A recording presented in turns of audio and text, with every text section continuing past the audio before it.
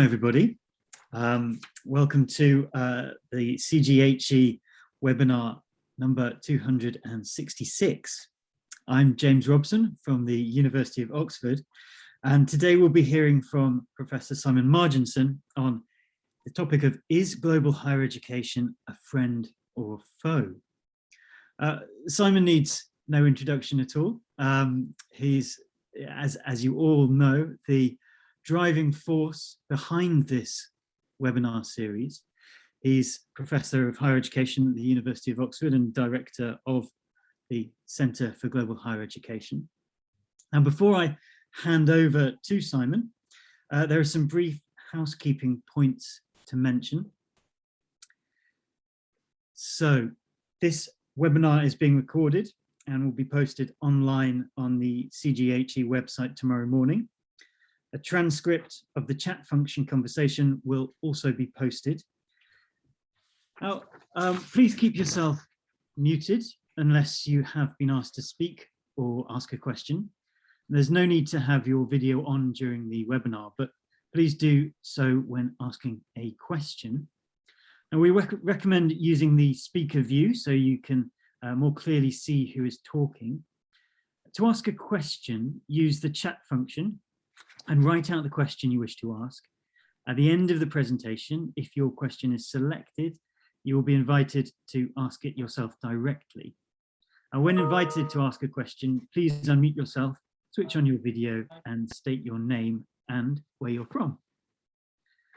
So with that housekeeping out of the way, I think I'll pass now straight over to Simon for an absolutely fantastic presentation, I'm sure. Well, it's kind of you to say so in advance, James. We'll see how it goes. I think I should mention that Trevor Treharne has been an absolutely fundamental part of our webinar series, and really he framed it as a process, and I think we've been able to populate it with content because he sustains it so well. Let me screen share. See how we go with that.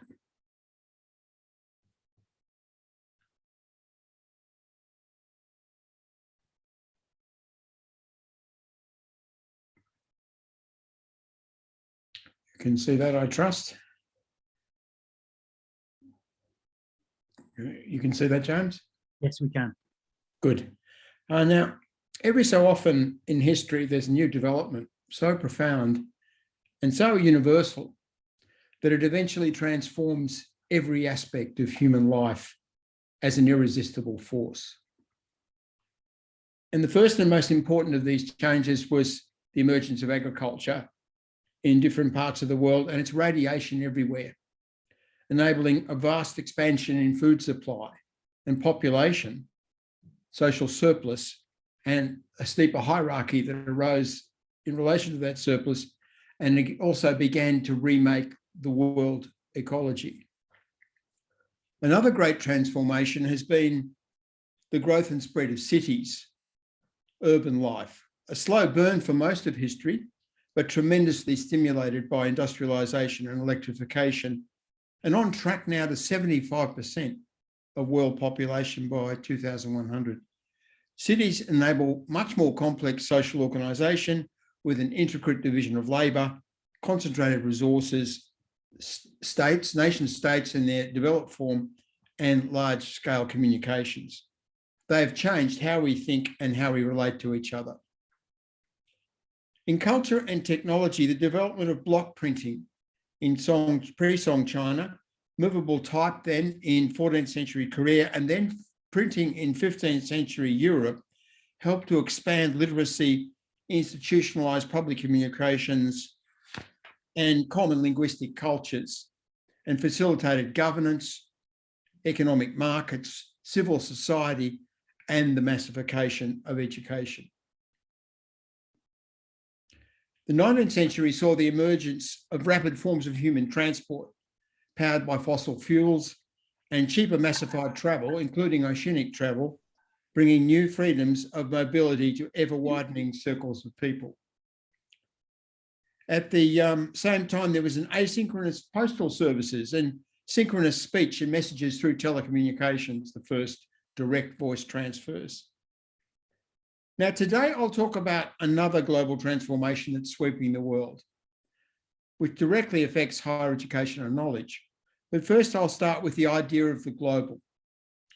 The material reality of the world as a sphere was understood by ancient Greek science and by mathematicians and astronomers in India and in the medieval Islamic world. But the global did not become widely felt until the 16th century European circumnavigations. Now, this new idea of the world gripped popular awareness at that point. Shakespeare's theatre was, of course, called The Globe, reflecting this awareness. But this also brought into being the association between the global and the colonial. The idea of the world not as an interdependent common home, but as a place where self-interest and greed could run amok, with endless resources ripe for exploitation at the point of a gun and with every cruelty. The world beyond the nation and all it contained was seen as the thing, as an other to exploit. Now, Europeans and then North Americans used their geographic knowledge of the world to intervene politically everywhere through direct conquest or sustained intervention.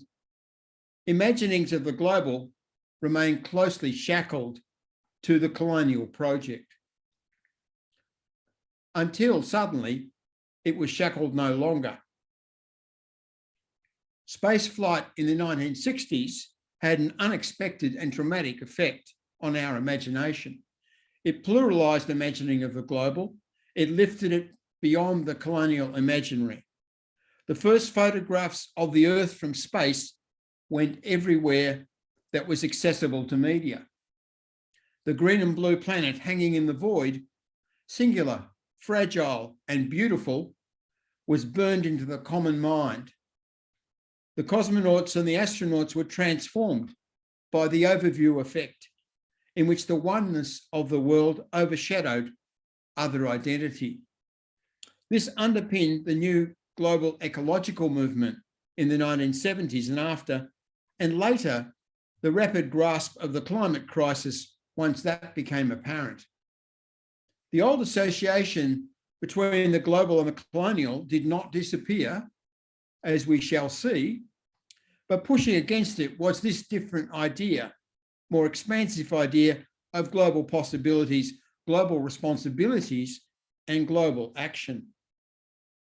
Now, all of this was a major development, but not a great historic transformation. Then the idea of the global became materialized in practice in a new way through technology. As with the emergence of agriculture and printing, it was new technology that enabled the turning point. I suspect that the last 30 years are the early stages of a transformation equal to or greater in importance than printing and rapid mobility. Perhaps not as great as agriculture. In 1990, there were just 2.6 million users of the internet, many in universities in the United States. But by January 2021, states the World Bank, there were 4.7 billion internet users, 59.5% of the global population. The emergence and spread of the internet has made material, practical, the idea of a one world society.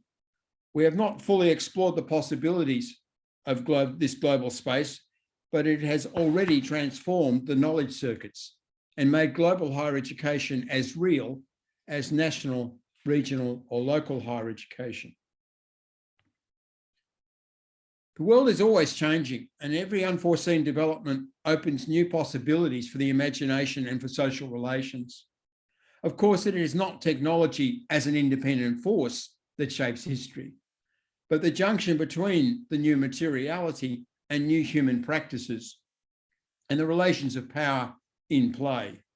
The teeming multiple possibilities of a new transformation are confusing and unclear in the early stages. So it is with the global scale. Globalisation has enlarged higher education as a space of possibilities in Bourdieu's sense. We don't quite know how yet, but since 1990, there has been remarkable openness, dynamism, and innovation in the global scale, as well as old new forms of hierarchy, capture, and closure. The most spectacular development has been the formation and rapid expansion of the network global science system, which we've discussed in previous webinars. Published global science has grown at 5.15% a year since 2000. In most science-based fields, though not the social sciences and humanities, global science epistemically dominates national science. 1/4 of global papers are now internationally co-authored. Global science has stimulated a growing number of countries to build national science capacity so as to access the global knowledge pool. And some of the fastest growing science systems are now in countries where per capita incomes well below the world average. Now, until the pandemic, there was rapid growth of student and faculty mobility, and the appetite for international travel has not diminished, I suspect. Cross-border institutional collaboration has also advanced continually since 1990. Only adversarial global geopolitics seems capable of retarding that trend.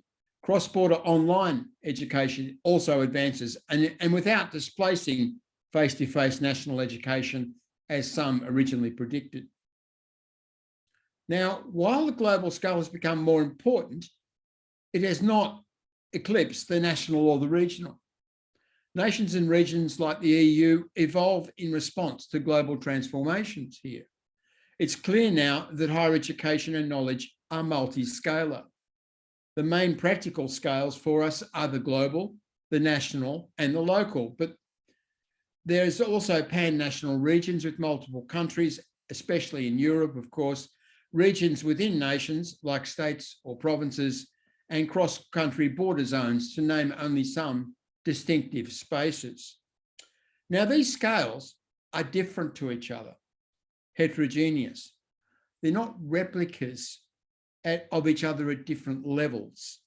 They do not fit neatly into each other, with the larger scales just containing the smaller, like the Russian dolls, Matryoshka. It's very important to grasp the fact of difference, qualitative difference, heterogeneity between the scales. Now consider the national scale and the global scale in science. National scale, the national science scale is normatively centered on the nation state, on policy, on politics, on law and regulation, on funding. In the global scale, we see instead a vast pool of scientific papers and network collaboration, but no normative center. Global science is regulated informally by the interactions and protocols of professional scientists, very different to national science. Now, science is primarily organized and funded at national level, yet it's primarily, in many disciplines, practiced globally. Many global scientists are leaders in national scientific communities and local institutions, yet their primary loyalty is to their discipline. And they manage this mix. Agents in higher education, faculty, university leaders, administrators, governments, corporations are accustomed to being active in more than one geo-cognitive scale. Now, I'll get to geo-cognitive later. But first, though, let me expand on relations of power in the global scale of higher education and knowledge. Now, this is a darker story. Networks have encouraged openness. New national higher education powers are appearing amid a more plural political economy at global level. But neo-colonial globalisation in our sector has been strongly asserted. The dominant model of institution and system is the Anglo-American science university in a competitive market. The model exercises varying direct influence, nuanced by national and local histories, traditional and resources. Some nations have tuition fees others don't. Some nations have a steep hierarchy of institutions, others are flatter. Some systems are like the US, others are not. However, all of them are affected to a degree by the neoliberal notion of the quasi-market in policy, and all of them must contend with the values that are being installed by global rankings. Global processes impose the primacy of Anglo-American language, culture, and science, and stigmatize and exclude everything that's different. Global science by no means contains all global knowledge, far from it. The disciplinary mix is grounded in the Western or European cultural heritage, but in linguistic terms, it's suppressed even the non-Anglo-American European languages. The bibliometric collections Web of Science and Scopus, which define globally recognized science, are 95% plus in the English language, spoken by approximately 5% of the world's people as a first language. All indigenous knowledges are wholly excluded from the global collections, marginalized as just local, not global. Not globally significant. Well, we will never know, will we? Unless we can see them. Globalisation in higher education and knowledge sustains a neo-colonial hierarchy in three overlapping ways. First, the worldwide diffusion of neoliberal norms and policies, normalising a business market imaginary in which the Anglo-American countries shape the global as spaces of revenues and soft power, as spaces to exploit. Second, through the reproduction of a racialised hierarchy grounded in white supremacy, as Riyad Shah Jahan and Kirsten Edwards point out, elevating white persons, countries and institutions, and trapping non-Anglo-American agents, non-white agents, into status aspirations that they can never fully achieve. Third, the linguistic cultural monoculture that shuts out all other knowledge. The potential for a cosmopolitan higher education that was opened by community globalisation has partly been lost. Now, I acknowledge that this critical analysis is not universally shared by everyone, but it's widely understood, I think. And the question for me is how global formation works, how the global relations of power I've just described are sustained, and whether the hegemony I've described is inevitable. Now, that takes us to the heart of the matter, and whether the formation of the global scale itself. Now, unpicking how the global scale in higher education is imagined and practiced and understood can provide us with clues on how it might change. Now, here there's no consensus in the literature. In a widely cited formula, David Held and colleagues define globalisation as processes of convergence and integration on the world scale. Now, that's broadly agreed, I think. Beyond that, the terms global and globalisation are being used in rather different ways. Now, in the first approach, which can be called teleological, scholars understand the terms global and globalisation as normative and associated with one or another purpose. The character of the global is fixed, closed, specific to the normative baggage it carries. Now, there's more than one version of this teleology.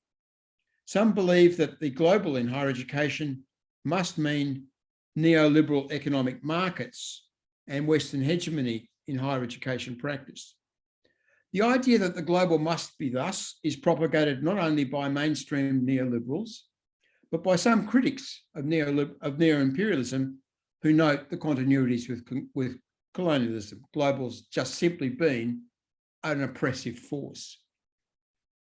The other version of this teleology of the global sees it very differently, as the broadening of networked democratic communities, of information and knowledge exchange, a kind of inevitable expansion of agentic potentials through mobility, cosmopolitan, cross-cultural engagement, and creative hybridization. Excuse me. Now, So we have these two different purpose-driven analyses based on two different claims about the global scale. And in the alternative critical realist approach, which I prefer, scales don't have purposes. People have purposes. Terms like global, national, and local are neutral tools for mapping the world. Descriptors, not agendas. We need such neutral terms to understand our reality. How can we do without the concept of global ecology, for example? Likewise, we need something called global higher education, or a very near substitute to it. We need a term for discussing what happens in the space beyond nation states. Here, the term is seen as neutral, and the ultimate potentials of the global scale in higher education and knowledge correspondingly are seen as open, not closed by purpose. This does not mean that there are no savage relations of power out there. It just means that we have tools with which to better understand them. Setting aside the teleology enables us to see reality more clearly. It's no longer blocked out by what we expect to see before we start looking. Interestingly, when we use the critical realist method, we find that both purpose-driven explanations do have a point.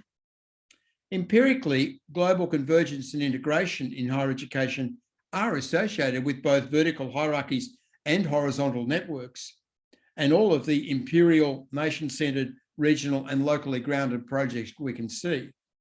There is centralization and dispersal, there is heteronomy and autonomy, there's homogeneity as well as heterogeneity. Now, these pairings are dynamic and not equally balanced or the same everywhere, let me say, and perhaps in some respects, the hierarchical has become stronger rather than weaker. But Euro-American dominance seems stronger in science and global knowledge than it does in relation to the education function in higher education, for example. Now, how then is the global scale constructed? Well, following the French theorist Henri Lefebvre, scales like the global are spaces within which agents are active. Yet geo-cognitive space is also, he says, partly created by agents, by what they imagine and do. And some agents have greater capability in space making than others, favorable history, a better position, better resources, better opportunities, and this plays into struggles over the character of the space, which are characteristically between unequal players. Now, this struggle is inevitable. Every transformation is attended by ongoing contests over relations of power.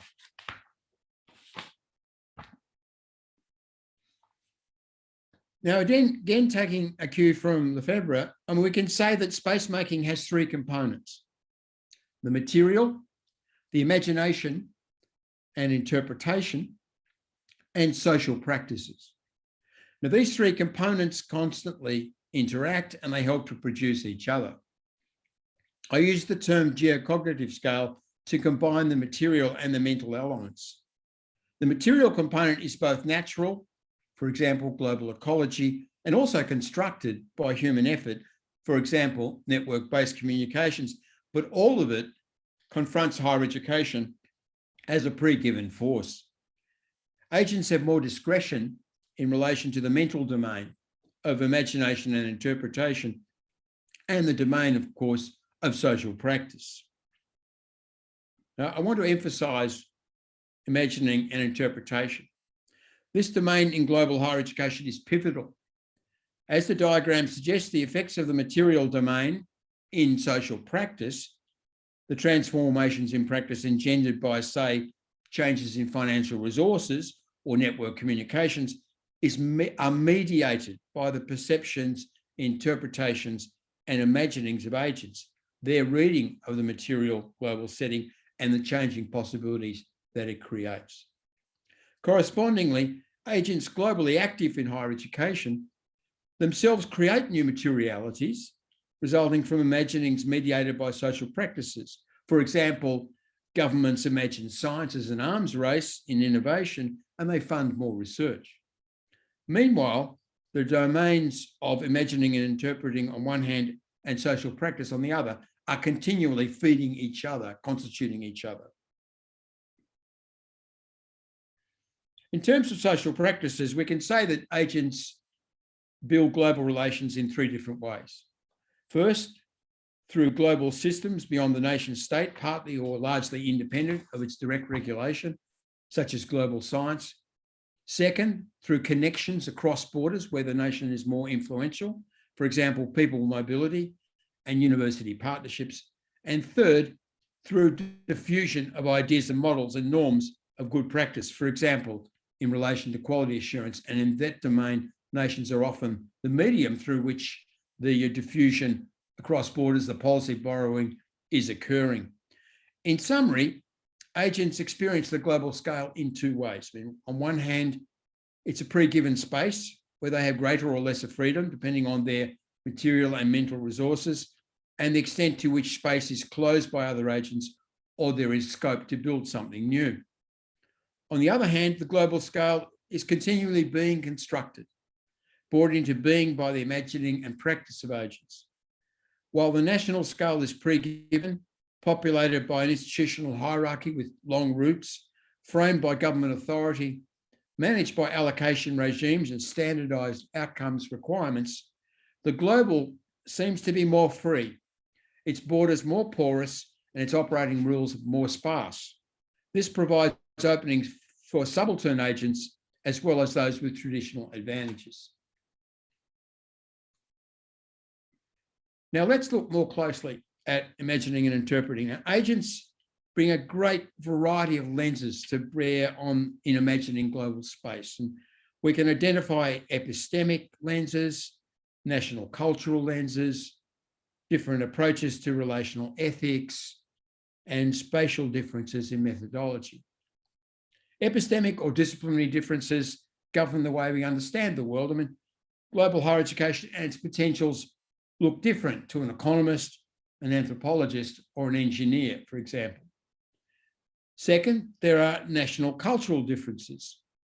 Lily Yang and I recently presented a paper in this webinar program, which highlighted the differences between an Anglo-American and Chinese or Sinic understanding of the role of higher education producing global goods, differences that are shaped by variations between these countries in their traditions of individual and collective, their ideas of the role of the state, and of the scope for a communicative public space in society. Potentially, there are many kinds of global higher education with something distinctive to offer. We limit ourselves if we see only one. Multiple lenses are a help to us.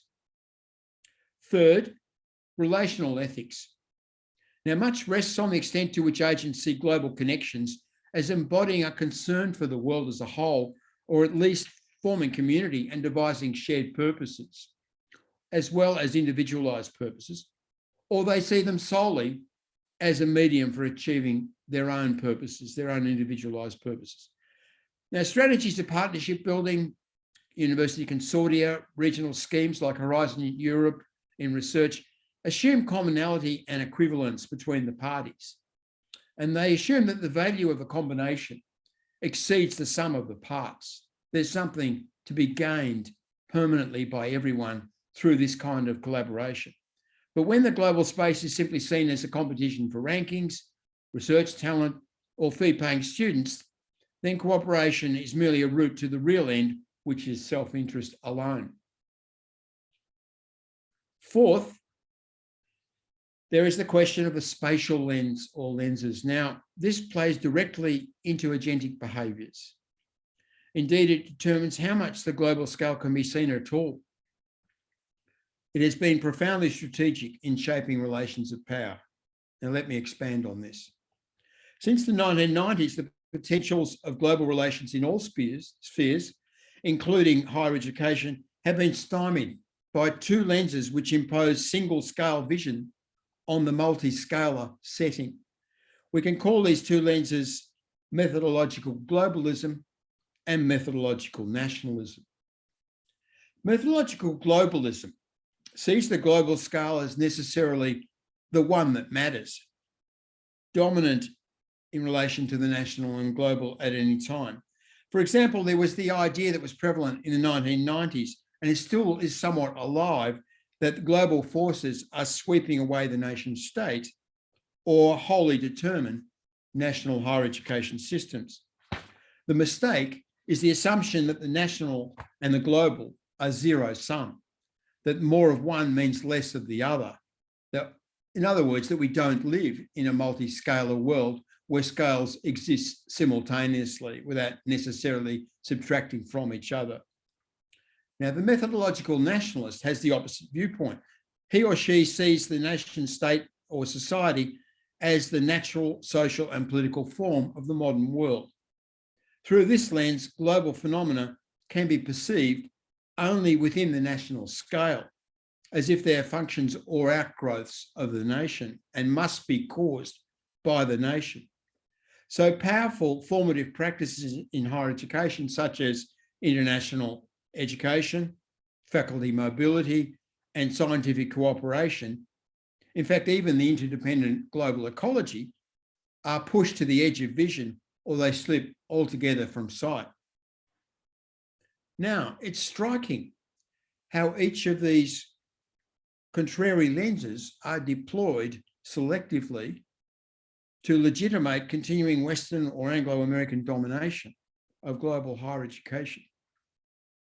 Methodological globalism is embodied in the rather too happy idea that if it's international, it must be good. So the more international students, the more international faculty, the more international collaboration, the more international citations, the better whatever it is.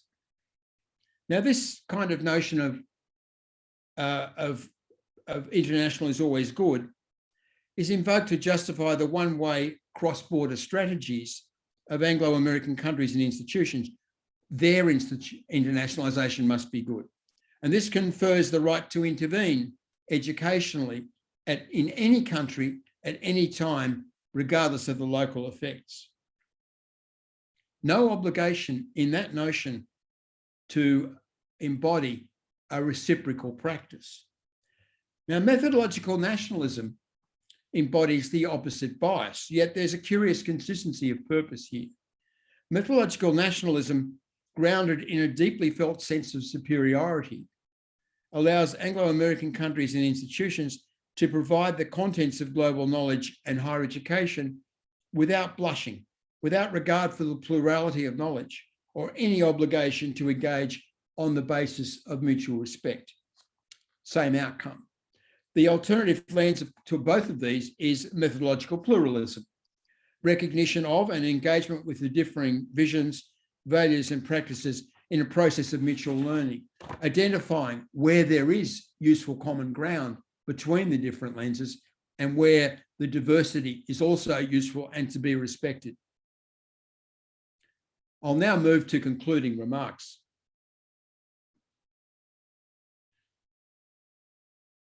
Global higher education and knowledge take place in a distinctive geo-cognitive scale, which constitutes worldwide relations in our sector. The global scale is brought into being by material structural factors such as worldwide communications, while also constituted by the imaginings and social practices of agents.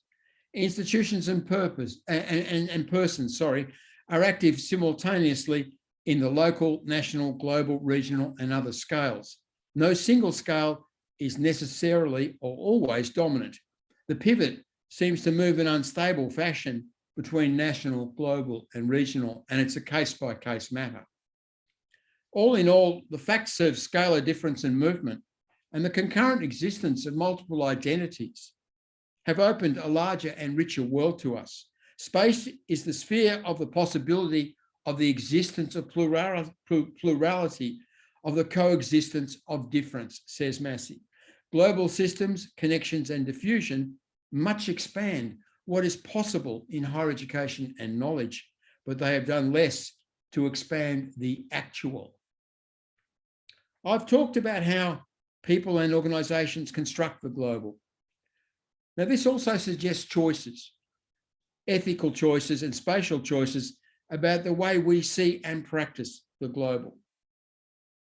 In global higher education, methodological nationalism is potent, limiting the possibility of what Massey is talking about, and also limiting the possibilities of commonality, facilitating a forceful Anglo-American monoculture, especially in relation to knowledge and its valuation.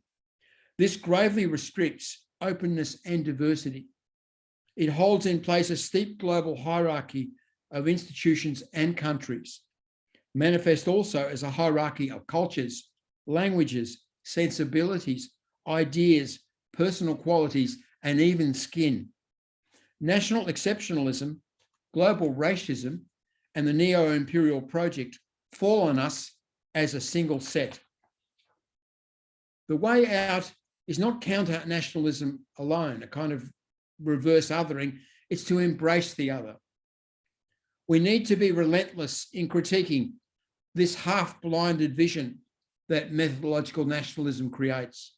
National politics dominates our world, but we can talk and organise globally. We don't have to be bound by the limitations of the national vision. For none of this is inevitable.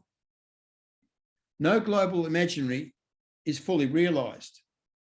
Neo-imperial globalisation has limits. Higher education is becoming more multipolar, though whether that leads to fragmentation or a better kind of global remains to be seen. The potential is there. The gaps in global knowledge are obvious, and injustices, once made visible, begin to implode. In short, the world is constantly changing and the possibilities are open. The wisdom of Heraclitus. It is neither universally patterned nor predictable. It's an always partly open system in which both the actual and the possible are real and the future is ultimately unknown. The practices of human agents, including their ideas and interpretations, are among the causal factors at play.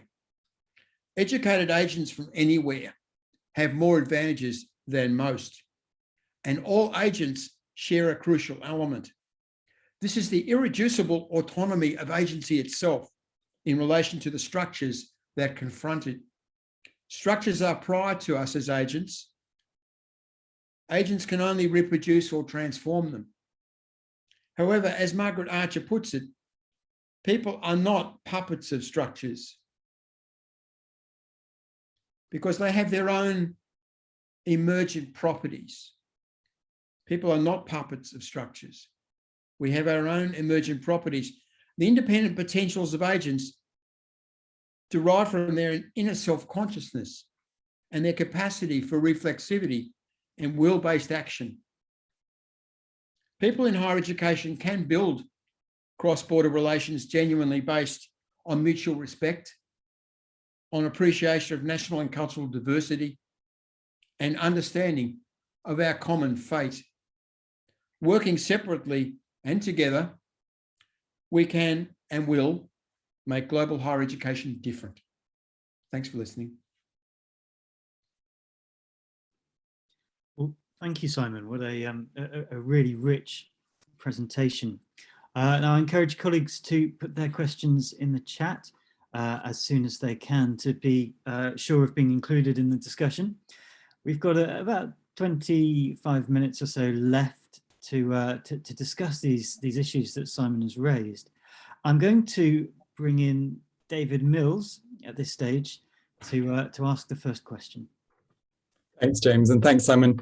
As ever, a real tour de force, and you know, and we've been discussing some of these debates, so I couldn't resist carrying on that conversation in response. And really, just to focus my question, I'm wondering about why it's helpful for you to deploy the word methodological in relationship to globalism and nationalism.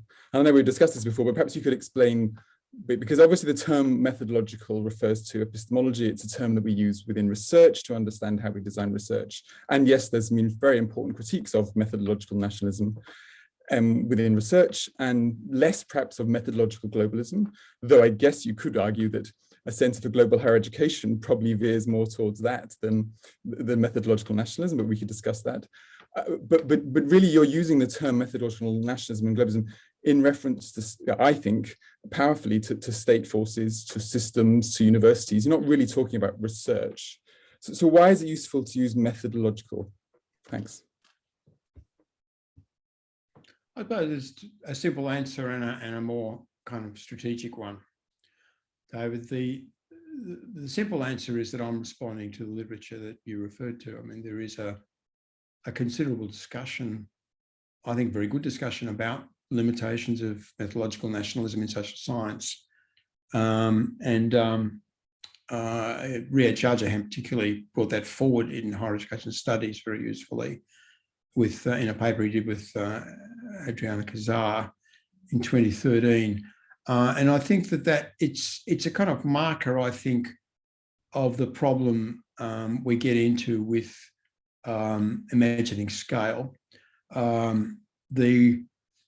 So my use of it is to see it not particularly as a kind of research tool, but more as a mindset or a mentality, a sort of imagination of scale. And I found it quite easy then to, once having adopted that notion of it, to shift into methodological globalism as a sort of second problem. I think you're right to say that methodological globalism is the larger problem with global studies approaches. I mean, I think, the global studies lot bear some responsibility for the, if you like, the giving the checkered flag to, to any and every advance in the global agenda in the 1990s and soon after that. The view that it was all moving us beyond the nation state in a useful way. I mean, what was, I think, underneath all of that was that you had the submerged state in the United States, which poo-pooed the idea of states anywhere else in the world, but had no intention of deconstructing itself, sitting underneath the global agenda of the 1990s, which was so formative at the time. And I think that there was a sort of conjunction between neoliberalism with its advocacy of the world market and the this in social theory that the celebration of the end of the nation state. I mean, I came into the conversation about the global at that point, and with a critique of that view that the nation state was disappearing. It was quite evident to me that in higher education, the nation state was, perhaps stronger than ever in some respects, because it was building new systems all over the world, and that emerging countries needed nation states. In fact, they needed good policies and funding and infrastructure at a national level. They couldn't depend on the global higher education or science environment to build themselves. So it's always seemed to me that the question of the critique of methodological nationalism and globalism is tied up with a multi-scalar problem.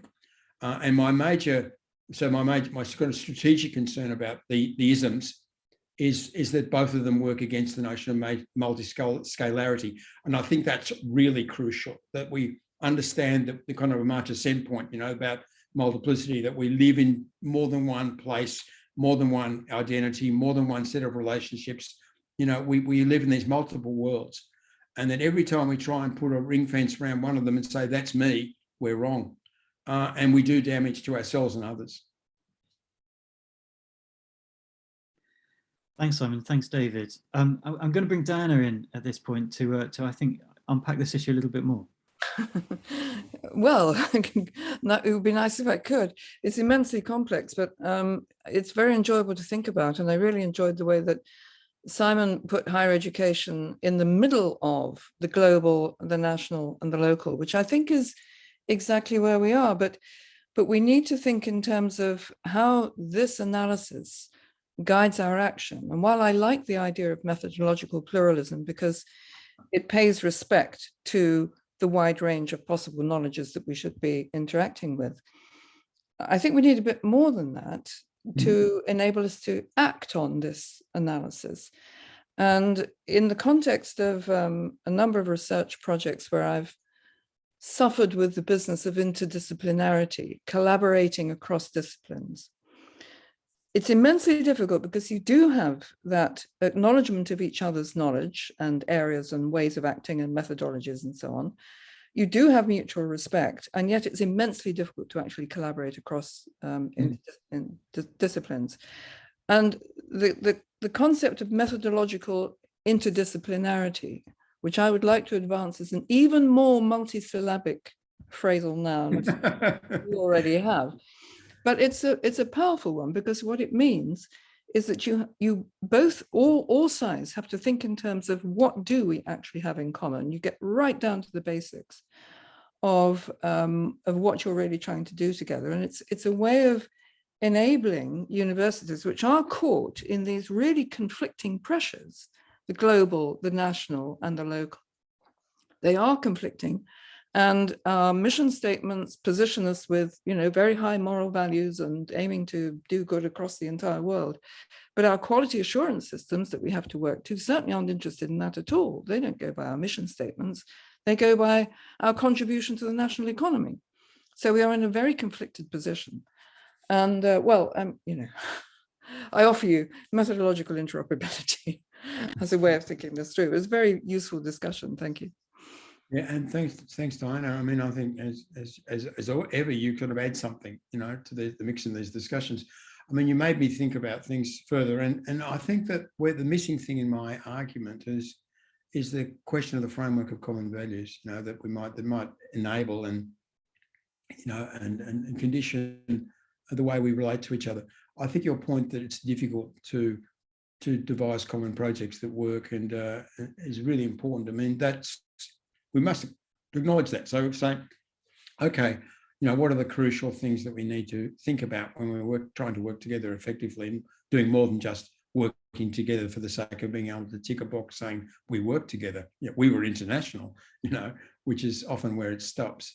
I mean, it seems to me one thing is identifying the common problem. We do this a lot in education, don't we? We say we're really about problem solving. We're really about practical things, about improving education, improving learning. That's what we're mostly about. Almost everything boils back down to that. So if we can, when we're working within one country or across borders, we can identify the common problem that we're trying to address, the research problem, if you like, we can then bring to bear whatever methodologies and theories that are useful to us and whatever contextual knowledge too. But having said that, I realize that defining the problem is not that simple either. The other thing I think and this is when I'm particularly aware that my presentation today had a gap, the common values thing, and what constitutes relationality, reciprocity, mutuality here. What do we mean by mutual respect? I think mutual respect is tremendously important and positive idea.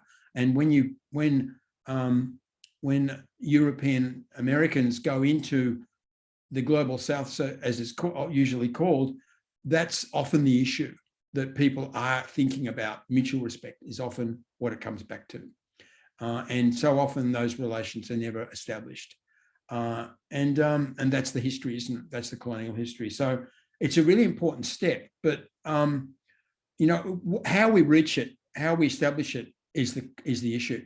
One of my colleagues at Oxford, Xin Shu, is working on the question of humanness or humanity in research, and there's more than one tradition there. There's the Euro-American humanist tradition, which has powerful and has influenced many of us, of course, in constructive ways, I think.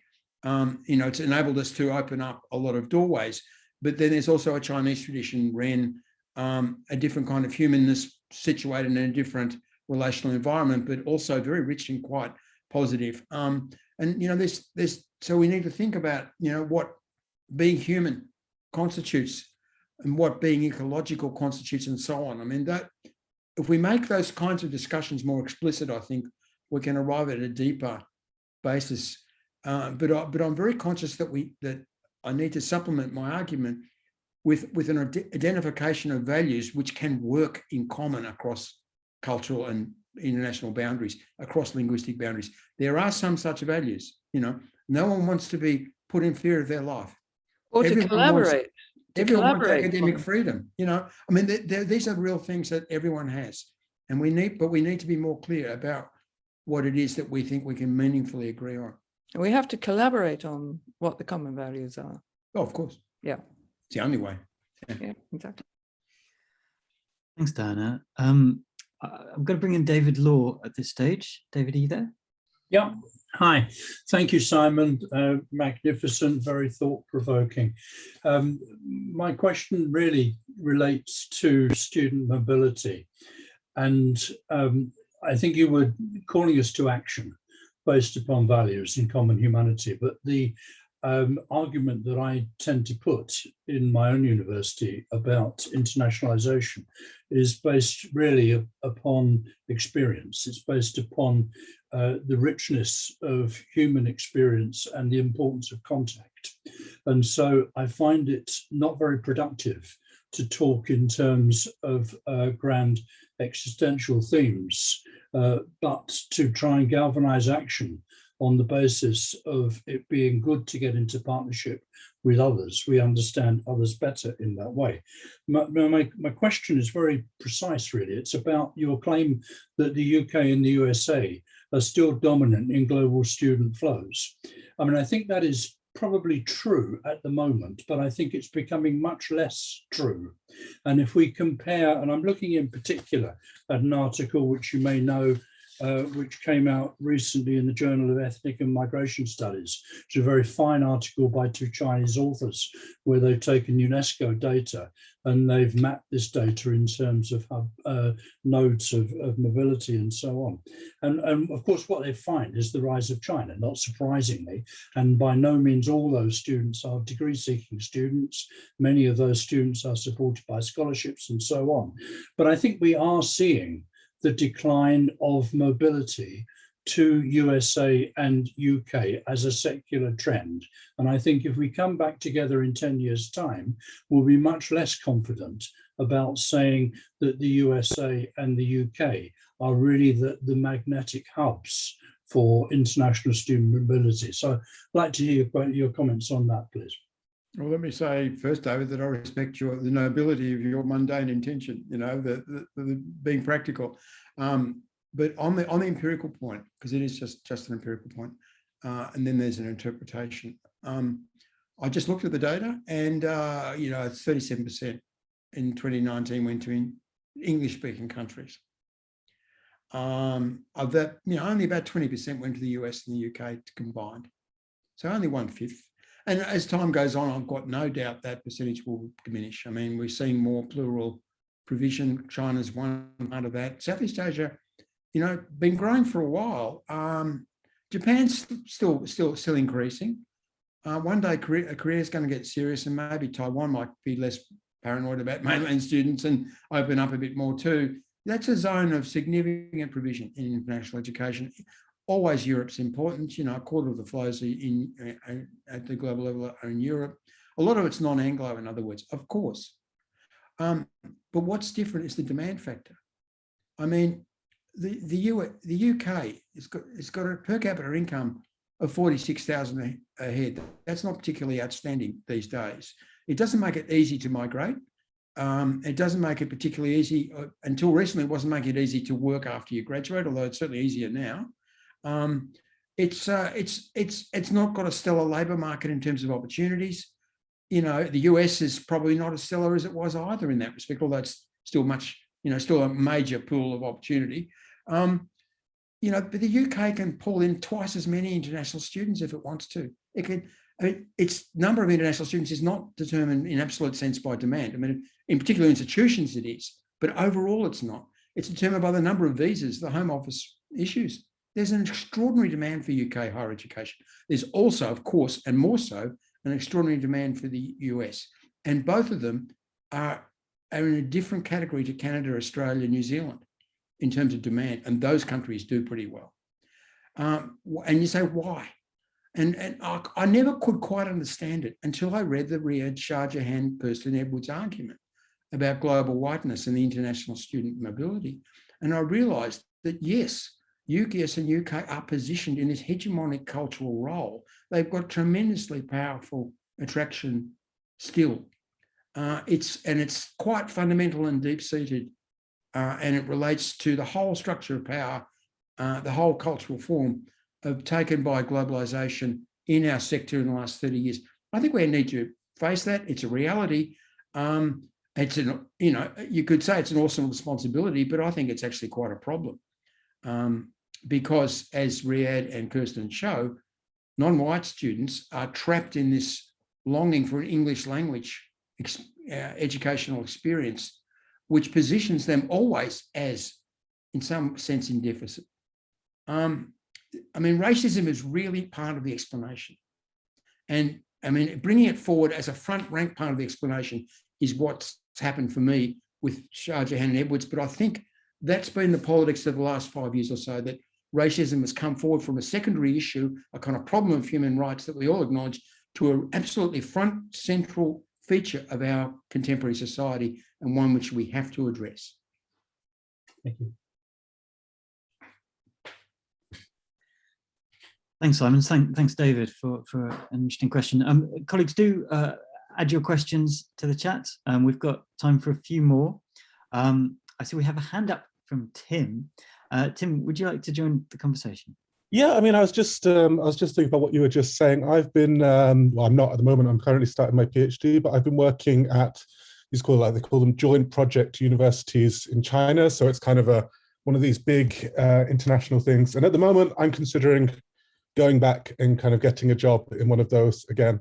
But I wanted to know what you think, because it's something I think about a lot. Like, would you say, is it worth going to get a job in one of these institutions if they are so problematic? Because I recognize there's a lot of things there.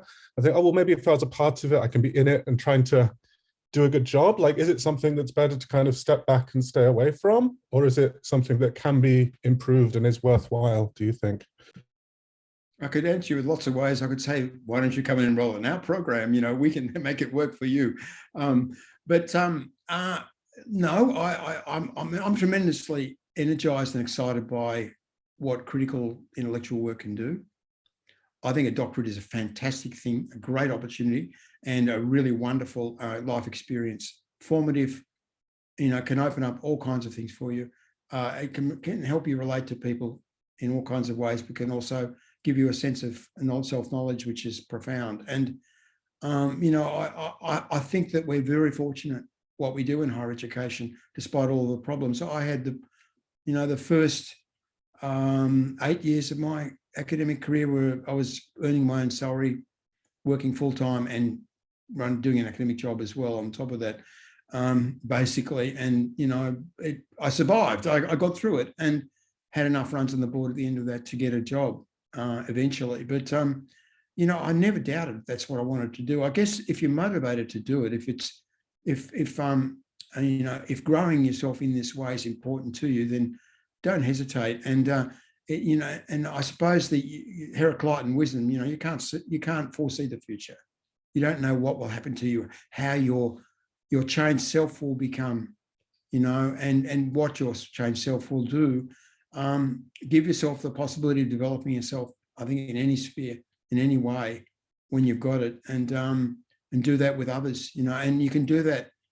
You have an opportunity for conversation, for collectivity, for linkages across the world, relationality, fantastic intellectual work, reading, writing. Those are great. It's I can never understand why people, badmouth academia in general, but I can understand why they draw attention to the circumstances they're in personally, where, we all know how terrible working conditions are for so many people.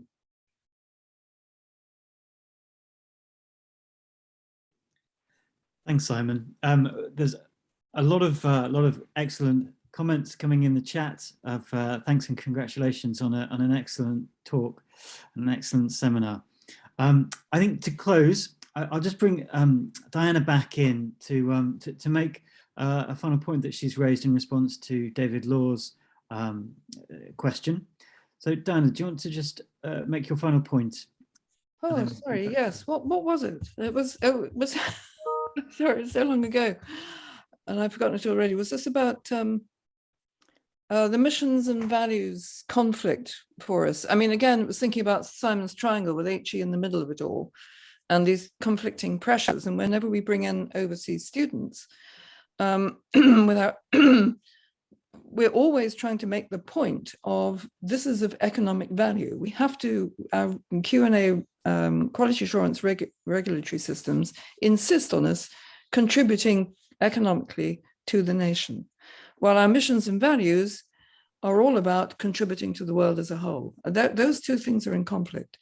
Whether we're talking about the actual economic value of students coming here or the soft power that we create by them going back home and then becoming allies and contributors and collaborators and so on. So I think there are tensions here we're caught in, and finding a way through this to resolve some of these. I think it's very valuable to have this kind of perspective that Simon's given us. And we should think about how to use it.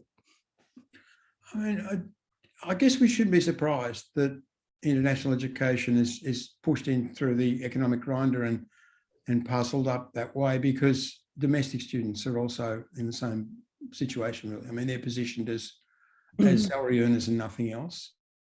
And it really doesn't matter whether they grow in other ways, providing they earn a salary that proves that their education was worthwhile. It's very superficial and very narrow and very frustrating, the way we're seeing higher education at the moment in UK. Not just in the UK, it's a bit like that in my old country of Australia too, and to some extent elsewhere, but not everywhere. And I think the sort of, the Bildung humanist notion is so much stronger as a notion of what we do in higher education or any kind of education, isn't it?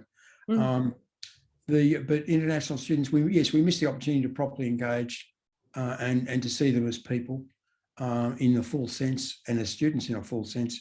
But we're missing that opportunity with domestic students as well. Although, of course, educators don't necessarily work to a narrow economic agenda, do work to a broader educational agenda, and do have many good, good experiences as a result with their students. But nonetheless, what's frustrating about massification and the great growth of the role of higher education is that in the process, we seem to reduce rather than increase what education could do. If education was released from the cage, we had broader ideas of what it was, how it could be practiced collectively and individually, and what it was doing for people over a lifetime. Imagine how good it could be. Yeah. And I think we do that at the local level, at the institutional level, at the individual academic level, at the project level. Yeah. But at the national level, it's a different story. Yeah, well, and that reduces it for many people, because that level does matter, and it affects resource allocations, expectations, aspirations are diminished. The basis of judgment is reduced to something quite narrow, so the good things are not being fostered and furthered enough. Yeah, absolutely. Great. Thank you very much. Thanks, Diana. And thank you, Simon, for a really stimulating webinar. We've gone slightly over, but I think it was worth having those final thoughts and conversations. Thank you all for a wonderful set of questions and conversation. Simon, is there anything that you'd like to close off on? Any final thoughts to end the webinar?